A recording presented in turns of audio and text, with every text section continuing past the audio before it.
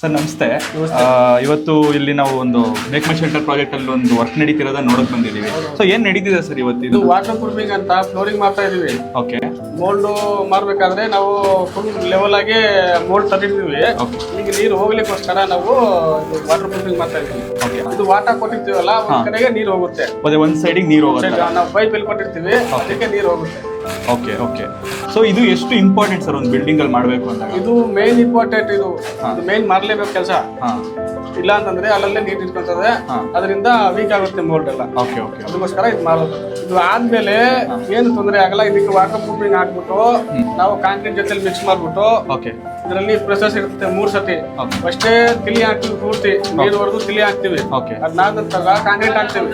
Concrete ಮೇಲೆ ಮಡ್ಡಿ ಹಾಕ್ಬಿಟ್ಟು ತಿಳಿ ಹಾಕಿ ದಾರ ಹೊಡಿತೀವಿ. ಓಕೆ. ಸೊ ಅದು 3 ಪ್ರೋಸೆಸ್ ಇರುತ್ತೆ. ಯೂಶುವಲ್ ಆಗಿ ದಪ್ಪ ಜಲ್ಲಿ ನೋಡ್ತೀವಿ ನಾವು. ಇದು ಬಟಾಣಿ.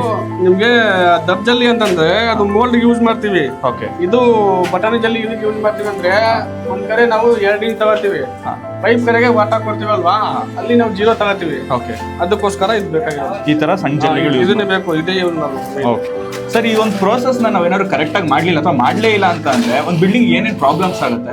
ಮೋಲ್ಡ್ಗೆ ಪ್ರಾಬ್ಲಮ್ ಆಗುತ್ತೆ, ನೀರ್ಲಿತಾ ಇರ್ತದೆ, ಮತ್ತೆ ವಾಲ್ಗಳೆಲ್ಲ ಪೇಂಟ್ ಎದ್ದಲ್ತದೆ, ಪಟ್ಟಿಗಳು ಮತ್ತೆ ಲೀಕೇಜ್ ಆಗಿ ಎಲ್ಲ ಕಡೆ ಕ್ರ್ಯಾಕ್ಸ್, ಮತ್ತೆ ಇನ್ನೊಂದು ಉಪ್ಪು ತರ ಕಾಣ್ತದಲ್ಲ ಅದು ಸ್ಟಾರ್ಟ್ ಆಗುತ್ತೆ. ಮೇನ್ ಇದು ಮಾಡ್ಲೇಬೇಕು. ಮಾಡ್ಲಿಲ್ಲ ಅಂದ್ರೆ ಬಿಲ್ಡಿಂಗ್ ಸ್ಟ್ರಾಂಗ್ ಇರಲ್ಲ.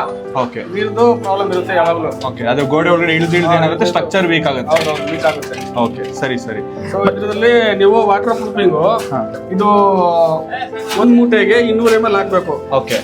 5 ಮೂಟೆಗೆ 1 ಲೀಟರ್ ಹಾಕ್ಬೇಕು. ಇದು ಸೊ ಆ ಪ್ರೊಪೋರ್ಷನಲ್ ಆಡ್ ಮಾಡಿದ್ರೆ ಕರೆಕ್ಟ್ ಆಗಿ ಪ್ರೋಸೆಸ್ ಮಾಡಬಹುದು. ಹೌದು. ಓಕೆ.